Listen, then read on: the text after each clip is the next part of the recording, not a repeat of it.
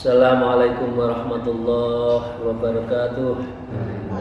Bismillah, alhamdulillah, wassalatu wassalamu ala rasulillah wa ala alihi wa sahbihi wa mawalah, la hawla wa la quwata illa billah. A'udzu billahi minasyaitonir rajim. Bismillahirrahmanirrahim. Ya ayyuhalladzina amanu taqullaha wabtaghu ilaihil wasilah wa jahidu fi sabilihi la'allakum tuflihun. Amma ba'd. Para salikin, para jamaah, teman, sahabat, dan izin pada guru-guru, mari kita melanjutkan ngaji kitab Hidayatul Adqiya di pagi hari ini untuk memasuki ke nazam ke-108. Untuk itu mari kita bersyukur, alhamdulillahirabbil alamin ala kulli halin wa nikmatin. Sholawat Allahumma shalli ala sayyidina Muhammad wa ala alihi washabihi. Semoga kita insyaallah mendapatkan syafaatul uzma dari Rasulullah dan maunah dari Allah sehari-hari. Amin ya rabbal alamin. Para salikin, hari ini kita akan melanjutkan nazam ke-108. Setelah kita bicara di 107 bahwa seseorang dalam taklim muta'alim yang belajar dan yang mengajar itu harus didasarkan betul-betul pada Allah, bukan karena urusan-urusan yang menyebabkan hilang ilmunya, itu artinya untuk kepentingan dunia. Nah, karena itu ini kayaknya arahnya kepada guru yang sekarang.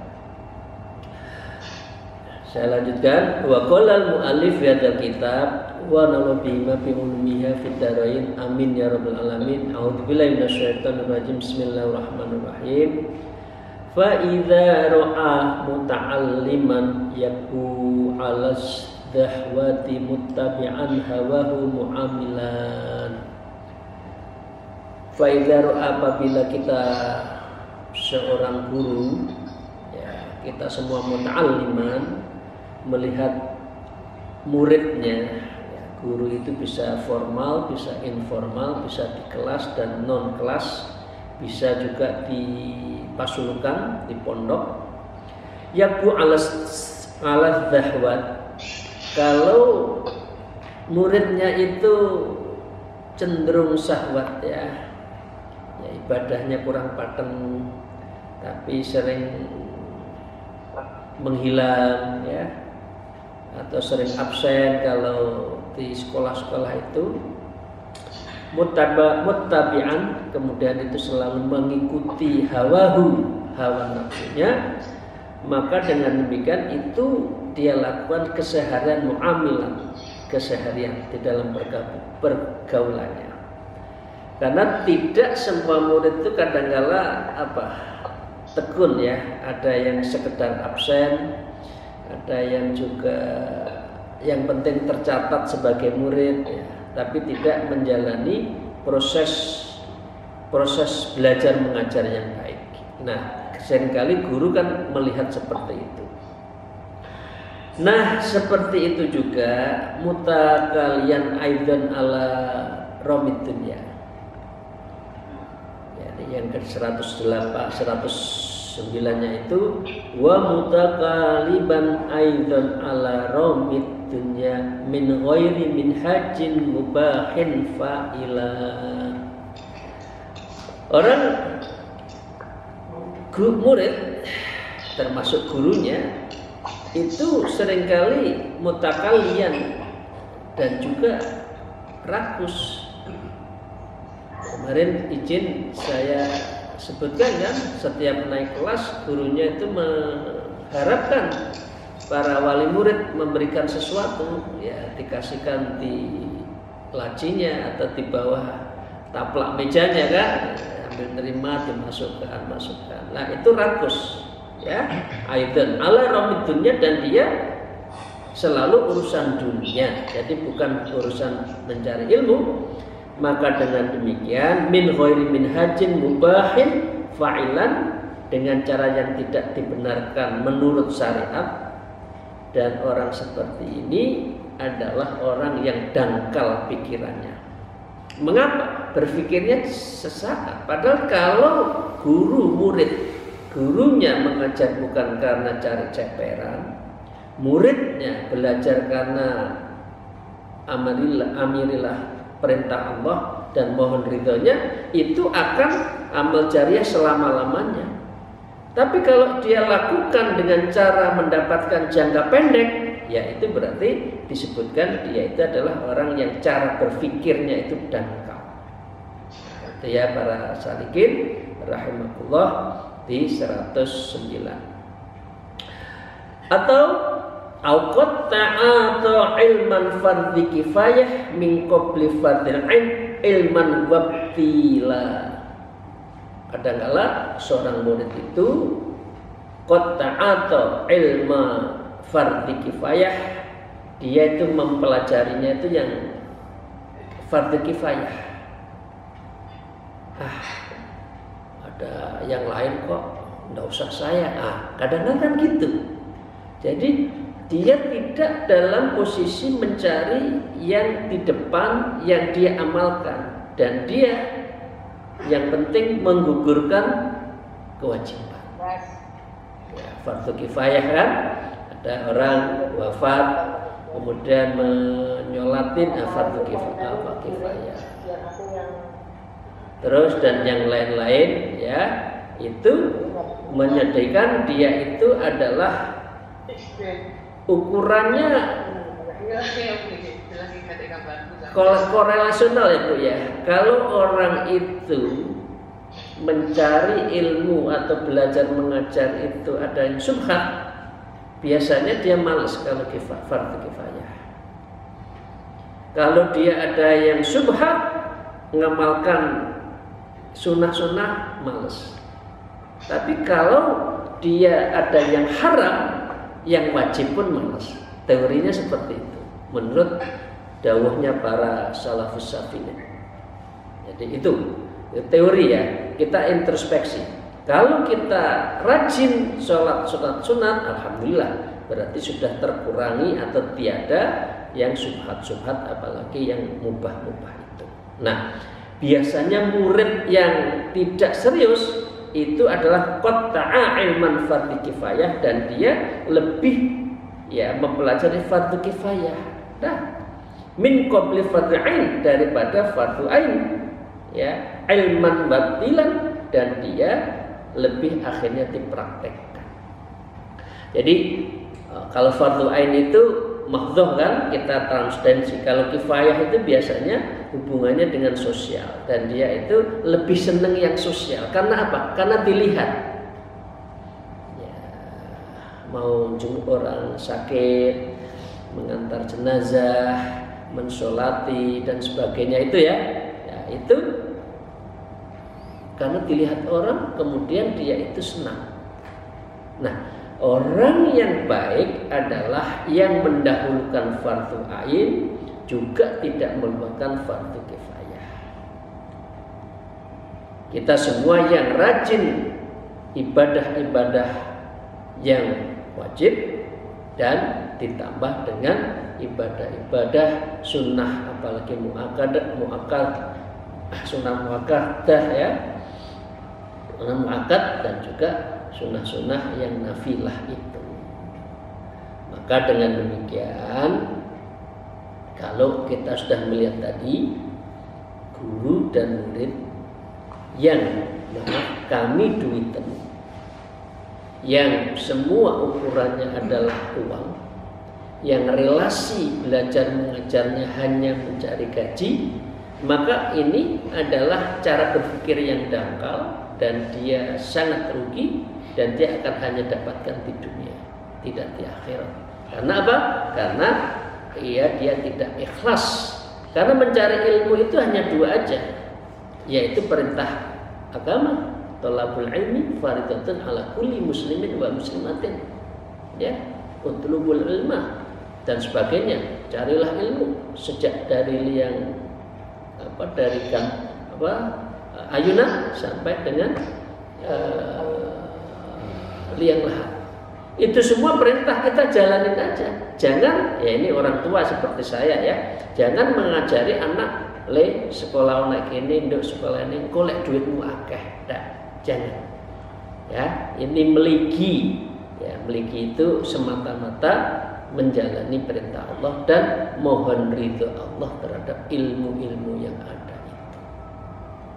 Ya, mumpung kita masih punya anak-anak ya, nggak usah diajari. Anak-anak kita dari awal sudah jadi materialis, sudah kapitalis ya. Wah, nanti kamu jadi ini, waduh, rezekinya akeh. Nah, karena ada ilmu itu, kadang ilmu itu dibagi, yang ini, yang itu ya. Kalau ini nanti mata air, kalau ini adalah air mata. Jadi kalau ilmu-ilmu yang lagi tren IT itu mata air, nanti akan mendapatkan ilmu rezeki yang banyak. Tapi kalau ilmu agama nanti air mata ya, rezekinya biasa-biasa saja. Jadi guyonannya gitu. Ini ilmunya mata air atau air mata. Nah, ini Bapak Ibu sekalian, mari kita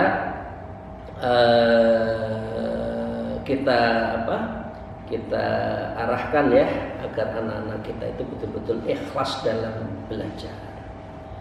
Nah, karena itu Bapak Ibu sekalian, kalau itu dilakukan apa?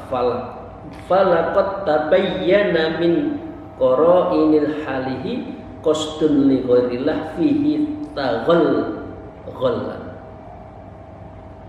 Kalau tandanya seperti di atas, maka apa yang ia dilakukan tadi, qara'in halih, seluruh halihnya, situasinya, keadaan, ya gurunya, ya muridnya. Kalau seperti tadi kami duiten ya, tidak ikhlas ya, maka dengan qasdun li ghairillah, itu bukan mencari ilmu, belajar ilmu karena Allah, fihi, di dalam situasi yang mencari ilmu itu atau belajar itu, yang dia itu dilakukan bukan karena Allah ya, bahkan dia itu bisa ghaflah, dia bisa itu melupakan terhadap dirinya untuk mendekatkan diri pada Allah. Banyak loh orang itu lebih pintar, lebih jauh dari Allah. Banyak. Apa sih sholat? Saya sudah guru besar kok. Saya kan sudah pintar. Ngapain sholat? Nah, itu banyak. Padahal ilmu nafi salah satu ukurannya adalah khassatullah. Orang yang lebih takut pada Allah itu adalah orang yang ilmunya semakin tinggi. Ya, ilmunya itu adalah ilmu yang apa? Ilmu yang merunduk, padi yang merunduk itu ya, semakin pintar itu. Tapi kadang-kadang orang itu semakin pintar semakin sombong. Apalagi pakai derajat tertinggi di dalam sebuah akademik ya, itu biasanya agak ada sombongnya. Muridnya aja, mahasiswanya mestinya lulus, nggak dilulus-luluskan tuh. Padahal itu kan bisa diatur. Maaf ya, saya ngeritik saya. Kalau saya membimbing, saya kan juga pengajar. Saya kalau dosen, saya ngajar S2 ya. Kalau apa-apa membimbing. Kalau memang nggak terlalu parah ya nggak apa-apa. Perbaiki ya. Ini bukunya, saya kasih buku malah. Bukunya ini, buku ini ambil di halaman ini, masukkan footnote. Lah ini banyak loh guru besar ya, anak buahnya itu sulit, dipersulit, nggak lulus sampai stres. Apakah itu tidak zalim? Dosen mempersulit mahasiswa lulus. Iya orang wong pinter terlalu pinter ya. Tapi metodologinya apa ini ya, perbaiki ya, mau apa ini teorinya apa, kualitatif atau kuantitatif. Kalau kualitatif apa, deskriptif, analitik, atau dan itu aja teorinya ada, tinggal menyesuaikan, nggak usah dipersulit. Awas loh ya, buat saya, buat para dosen, buat para guru besar, jangan mempersulit mahasiswa deh. Kadang-kadang mahasiswa itu lebih pintar dari kita kok.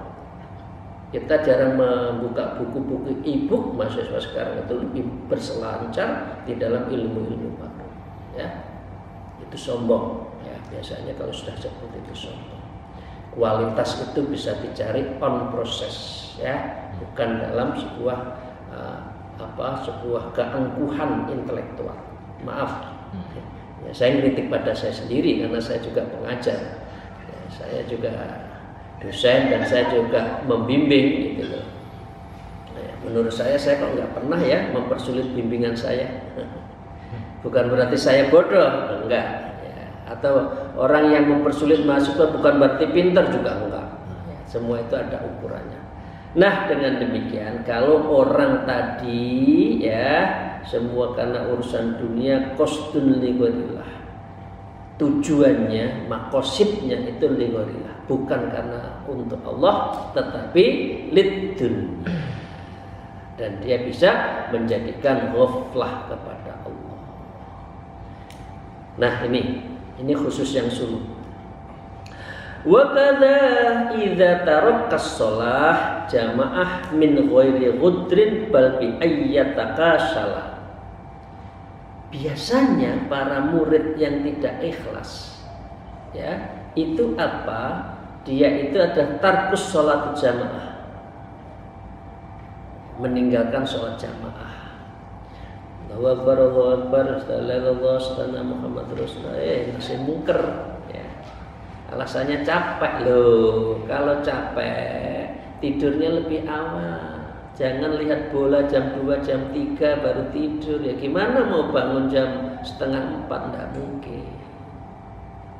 Nah, biasanya orang yang tidak manageable, tidak mampu memanage time management itu biasanya adalah orang yang tidak profesional. Orang yang ahli ibadah biasanya profesional. Ahli ibadah itu apa? Dia itu istiqomah dan dia memanage waktunya itu secara baik dan secara bagus, ya. Nah, orang seperti itu tidak diperkenankan kecuali min ghairi udhrin. Kalau kecuali udzur, ya. Kalau udzur sakit ya tidak apa-apa. Karena itu memang udzur bi ayyatin kasala, bukan karena kasal. Bukan karena males. Biasanya itu males, baca males dan sebagainya. Nah, dengan demikian ini implikasi kalau niat belajarnya itu tidak ikhlas, tidak karena Allah, tidak mohon ridhonya, biasanya itu kedul-kadulnya, males beribadah, males jamaah. Nah, demikian juga wa kadzaka tarkul lirrawatib was sunnah in kutitat fa'lamhu wa ashahu tabattala wa dzikr. Orang-orang yang tadi, ya, ini kalimatnya di atas, ya, ini apa istilahnya, dependent variabelnya. Independent ya, atau dependent. Kalau dependent orang yang menuju Allah biasanya begini, karena ini begini-gini berarti bukan menuju Allah, karena kan gitu ya teorinya. Wa kadzaka tarkul rawatib was sunnah wal dzikr. Orang yang belajar mengajar karena uang, karena dunia, dia itu sering meninggalkan sholat sunnah rawatib dan sunnah-sunnah yang lain termasuk zikir. Males ya, alasannya waktu, saya sibuk dan sebagainya.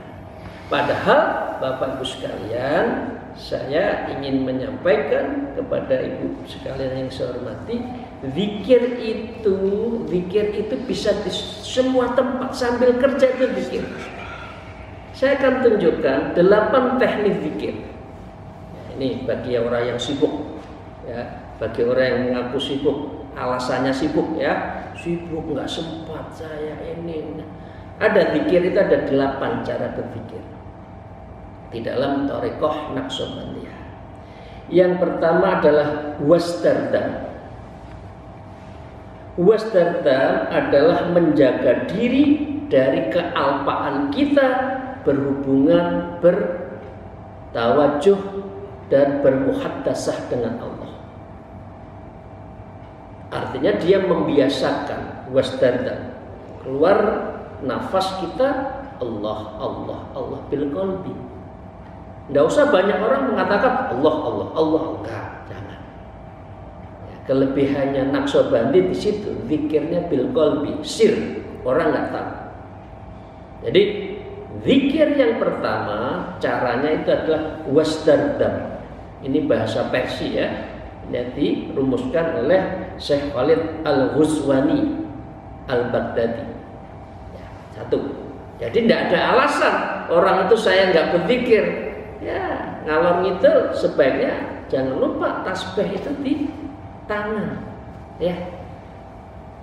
Karena itu mengingatkan apa artinya kita membuat tasbih kalau nggak dizikir. Nah, itu terhadap zikir yang halin wal makamnya itu harus waktunya waktu sambil zikir. Tapi kalau sudah kadang-kala ada duduk. Nah, yang kedua ada zikir namanya nazar bergadang. Jadi zikir yang dijalani dengan khalwat.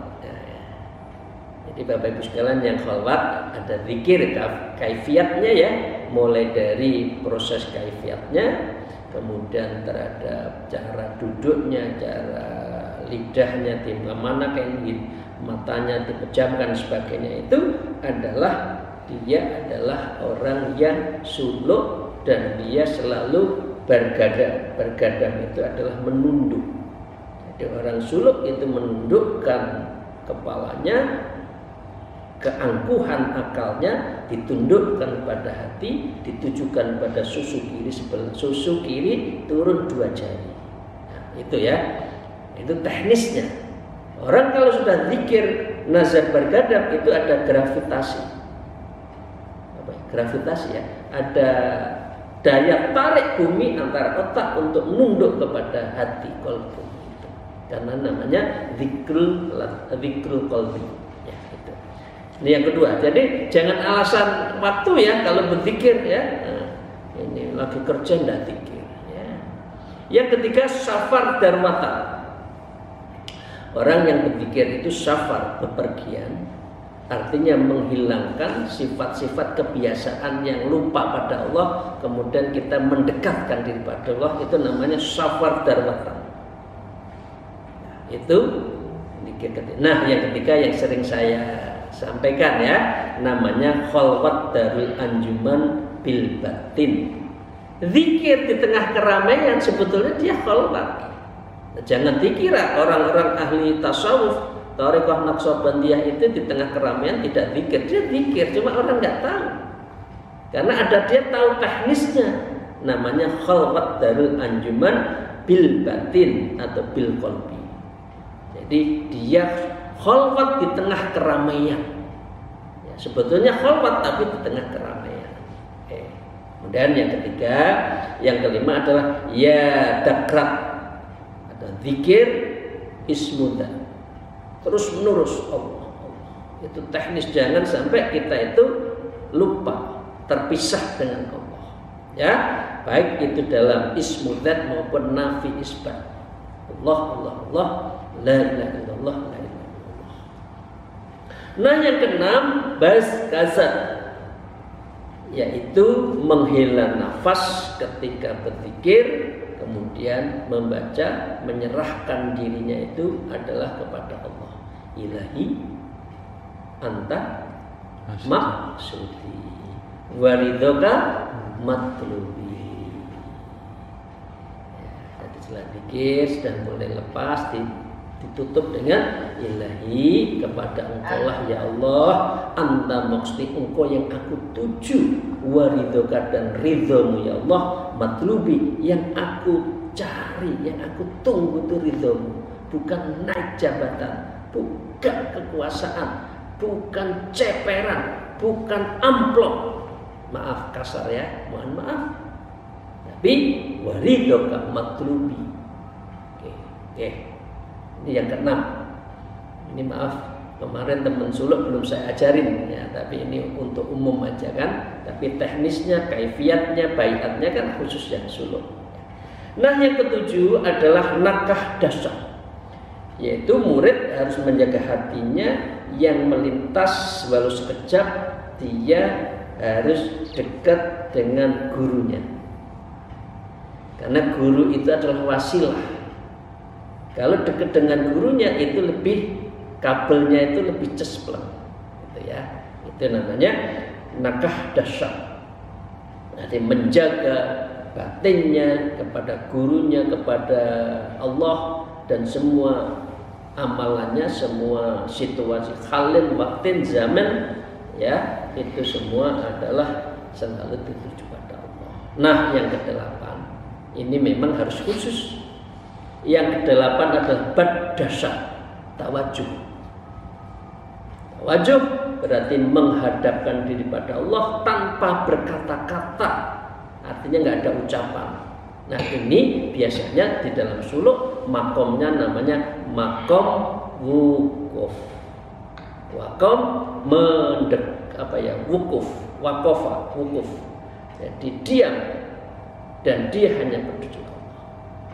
Jadi Bapak Ibu sekalian, sahabat, apa yang menyebabkan Bapak Ibu sekalian kita semua tidak berzikir? Alasan apa? Waktu, tempat? Enggak ada alasan. Thariqat Naqsabandiyah mengajari all season, all moment, all time must be dzikr. Dalam Thariqat Naqsabandiyah, setiap waktu, setiap keadaan, dan setiap situasi adalah all must be dzikr. Semua harus dengan zikir. Karena itulah yang menjaga kita keseharian. Jadi dengan demikian, orang yang tidak berzikir itu berarti ilmunya ilmu dunia. Ya, maaf ya, dia hanya mencari urusan dunia, jabatan, ceperan, amplop, dan dia tidak ikhlas di dalam mengajari ilmunya itu. Jadi itu ya, ada 8 teknis untuk orang berzikir.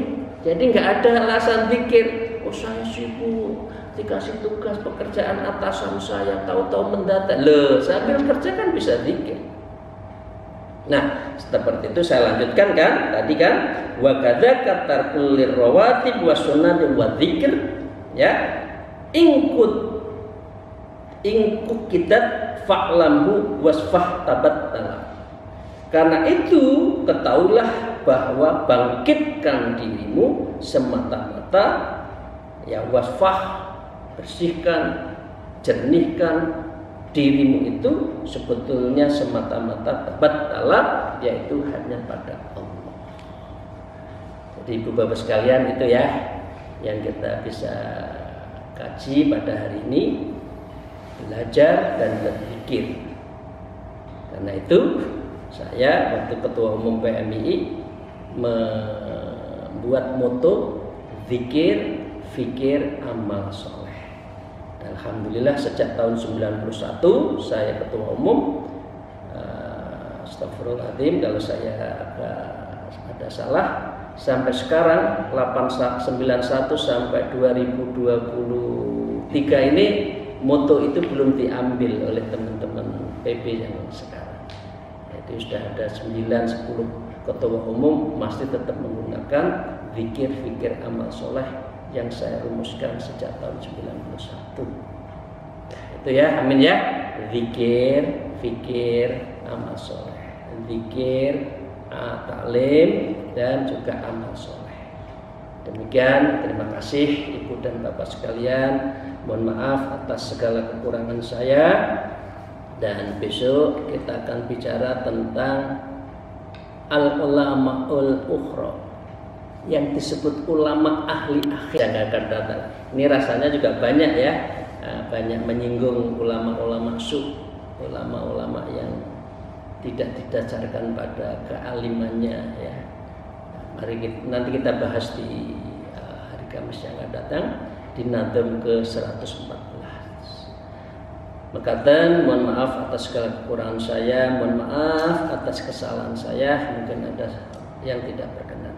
Alfu minkum wallahu muwaffiq ila aqwamit thariq. Wassalamualaikum warahmatullahi wabarakatuh.